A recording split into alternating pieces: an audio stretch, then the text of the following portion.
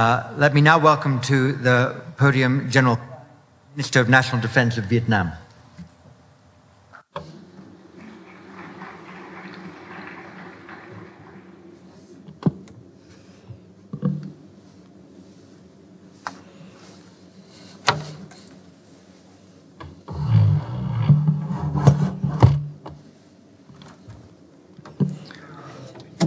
Dr. Chon Chipman, ladies and gentlemen, on behalf of the high-level defense delegation of Vietnam, I would like to sincerely thank the government, the Minister of Defense of Singapore, and the organizers of this 13th Shangri Dialogue for giving me the opportunity to attend and address this plenary session. Ladies and gentlemen,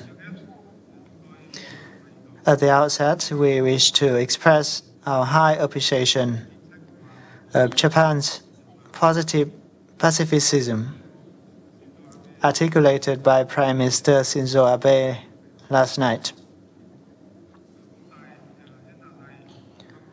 At this forum in 2013, Prime Minister Nguyễn Tấn Dũng of Vietnam conveyed a message to the international community on strategic trust, which underlined that trust is the beginning of all friendships and cooperation. The remedy that works to prevent calculations that would risk conflicts.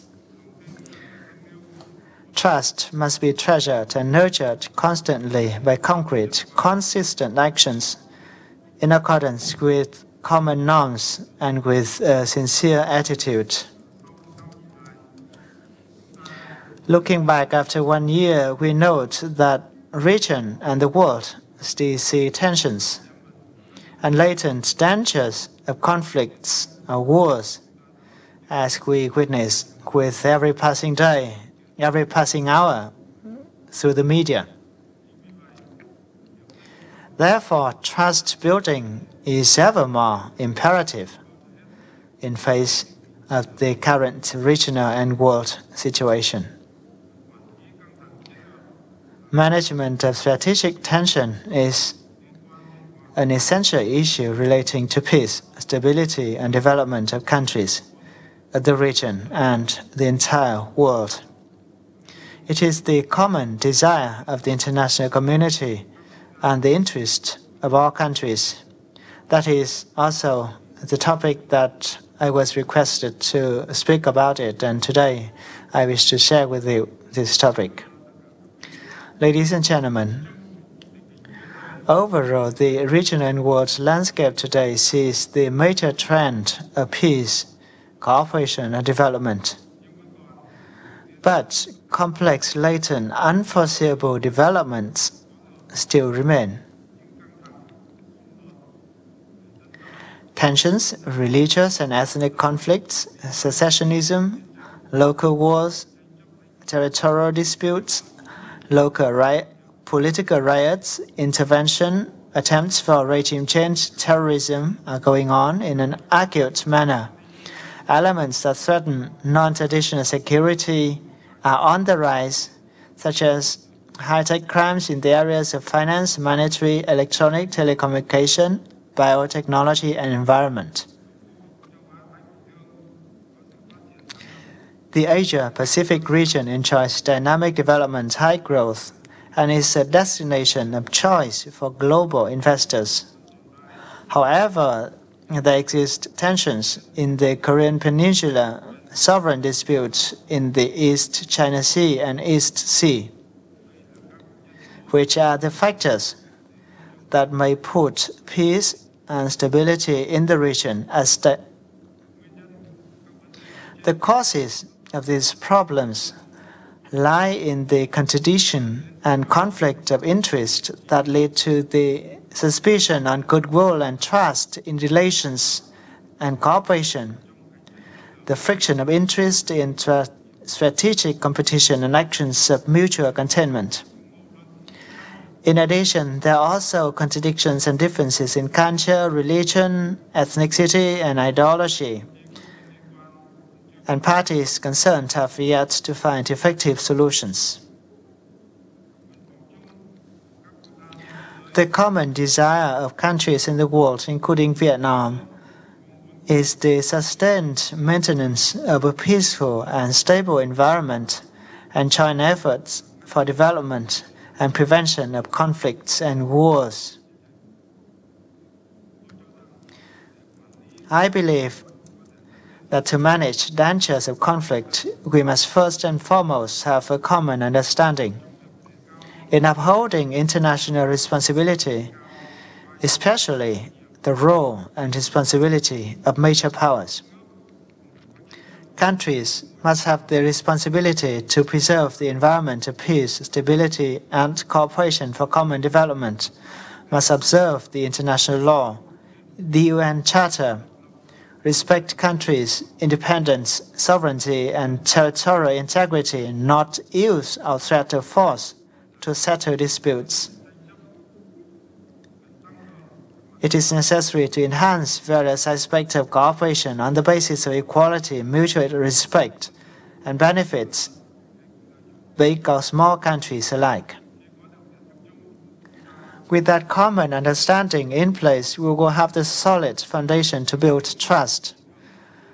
Trust is not just reflected in words, rather it must be displayed by concrete, meaningful actions to promote transparency, equal dialogue, openness, development of friendship and cooperation among countries, respect for the rule of law and norms in international relations.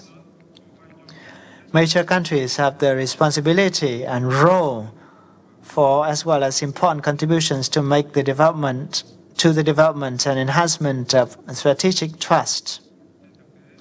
In reality, in each nation, even each family, there are contradictions and differences, let alone neighboring countries with border and territorial disputes that may lead to frictions. What matters is high-level leaders of countries must remain extremely calm, exercise restraint, place national interest in the context of the interest of the region and the world, and make the choice of peaceful solutions via diplomatic negotiations in order to maintain friendly relations among countries. In settling any contradiction or dispute, parties concerned must exercise self-restraint, remain calm, understand the true nature of the problem in an objective manner in order to make decisions on the basis of objectivity and cautiousness. A minor mistake may turn tension into conflict. In handling tension in relations among countries, the army must restrain, control tightly, manage all activities of each and every commander, soldier, those in charge of directing weapons, equipment, combat vehicles, ships, and airplanes. In management of strategic tension, communication has an extremely important role to play. The broadcasting of news must be honest, objective, timely, constructive, in the interests of the nation. Communication should create an environment conducive to the peaceful settlement of contradictions and conflicts. We must avoid using instigating language, let alone inciting national hatreds and making the situation become tenser, or creating pressure for leaders in considering and making decisions in handling the situation. To control and minimize the danger of conflict, we must make good use of cooperation mechanisms, both bilateral and multilateral. Issues related to two countries need to be settled bilaterally. Those involving multi-countries or multi-parties must be settled multilaterally. In the process of settling contradictions and differences, These contradictions and differences must be made public, transparent to the international community, thus avoiding misunderstanding or casting doubt to the public opinion. At present, we have in place such regional mechanisms such as ARF, Council for Security Cooperation in the Asia-Pacific, CSAP, DAS, ADMM, ADMM+, the ARF,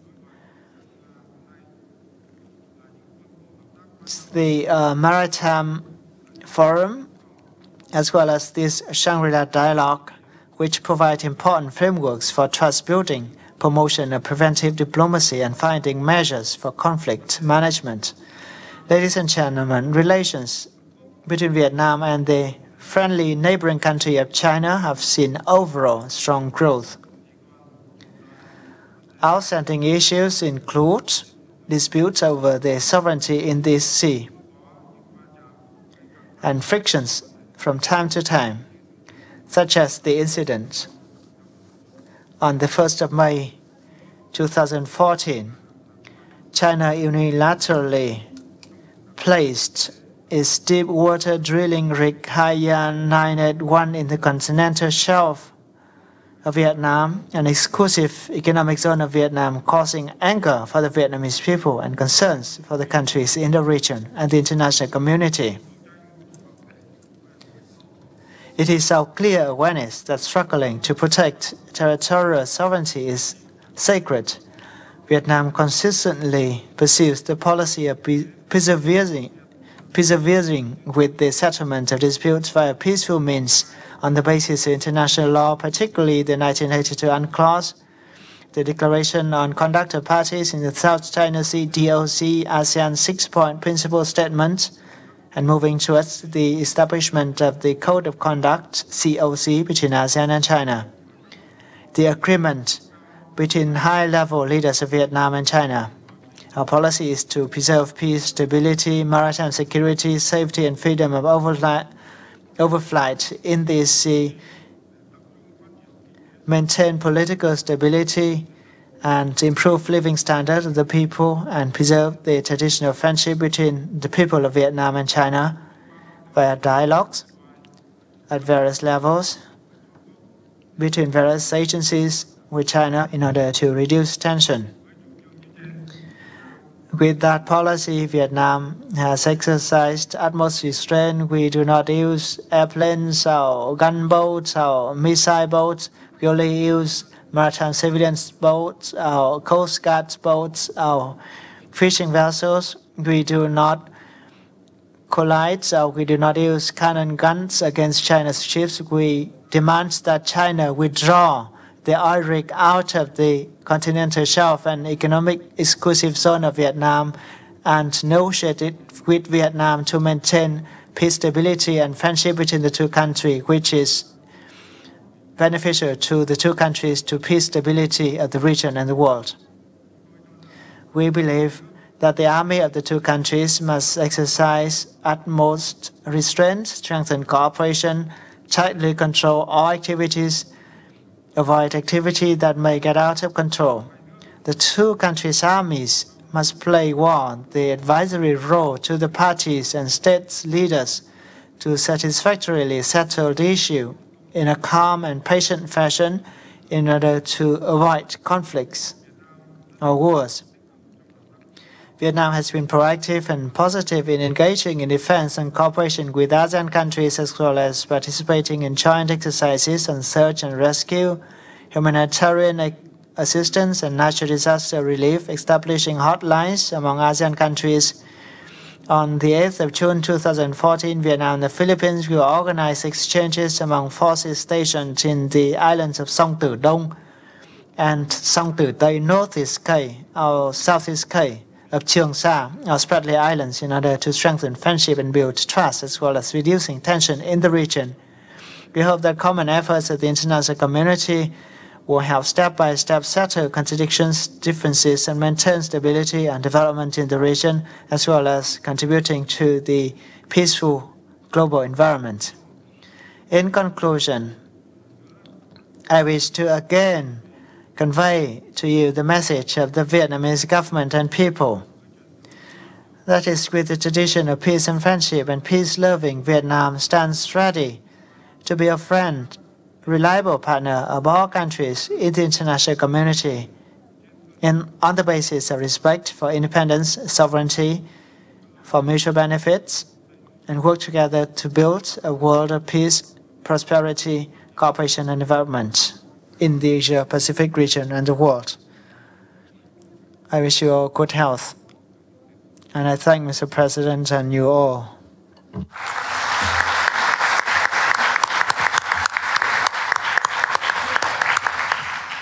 Thank you, General Tan, for your very clear statement of Vietnam's policy in the current environment, and for your call, repeating that of the Prime Minister last year, for building through whatever means possible strategic trust in the region. I'll now open up the floor to points of comment and debate. Let me remind you that there are two steps that need to be taken to get the floor. One is to put your name card in the slot. The second is to press the microphone button so that your microphone turns green. It will not be on until I turn it red, but unless you press the button, you're not on my list.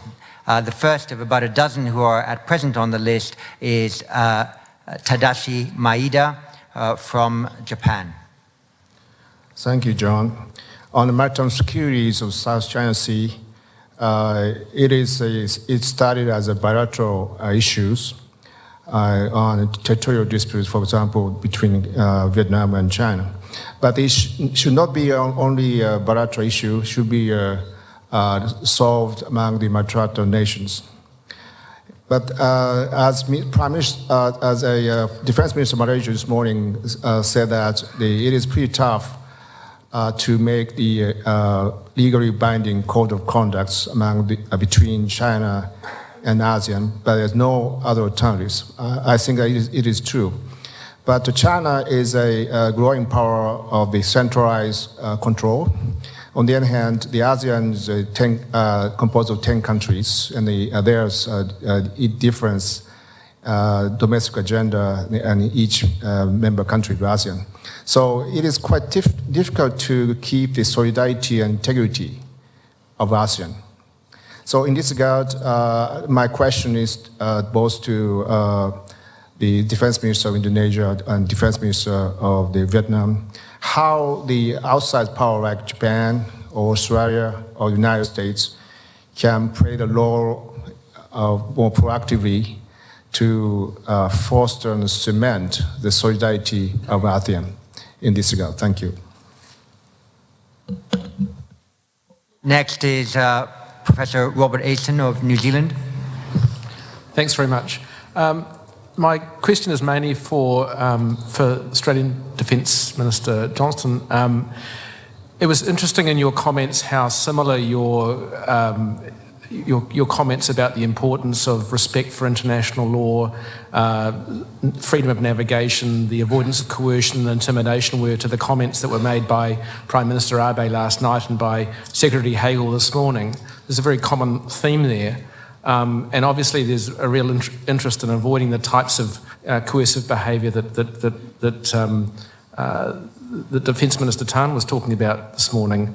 But I'm just wondering whether you feel that in the protection of those norms and the assertion of those norms of freedom of navigation and overflight, of respect for those laws, where in fact it's possible for there to be, in a sense, a perception of a lack of restraint, that the defence of those norms becomes, in a sense, a bit too assertive in kind. And how do you actually deal with that to make sure that the defence of those norms is actually reassuring to countries like China? And from Australia, Professor Carlisle Thayer. Thank you, Mr. Chairman. My question is to the Vietnamese Minister of National Defense, Phùng. In your presentation, you stressed the importance of high-level leaders. I was in Vietnam when this oil rig crisis began, and Vietnam wanted to activate a hotline. It proposed a special envoy to China. It offered to send its party secretary general. You met your counterpart in Naypyidaw. The Vietnamese foreign minister has contacted by phone his counterpart. Can you give us an assessment of where we're at between China and Vietnam actually getting together to meet bilaterally to mitigate these current tensions? Thank you, sir. Thank you. And the next is William Chung, the ISS. Thank you, John. I'd like to follow up with a question on Vietnam. Now, this oil rig crisis, we can say that the Chinese do have a claim to these waters, given that some commentators have said that the oil rig is located 17 nautical miles from Woody Island. Now, given that Minister Phùng had said repeatedly about the rule of law and refrained from the use of force, will Vietnam go the Philippine route by taking this entire episode, this dispute, to third-party arbitration? Thank you. From the United States, Jed Snyder. The minister from Indonesia has very helpfully reminded us of a decision taken some years ago for ASEAN to look towards a more genuine approach towards a security policy community by next year. The Australian Defence Minister reminds us of how long it takes for real multilateral defence cooperation to materialize, and the minister from Vietnam has made the point that strategic competition is growing, and there are existing organizations attached to ASEAN which could be used to address this. My question for whomever on the panel would like to address it is this: what can we expect by 2015, realistically, as evidence that ASEAN's approach to security planning and policy has actually changed, or is that a bridge too far?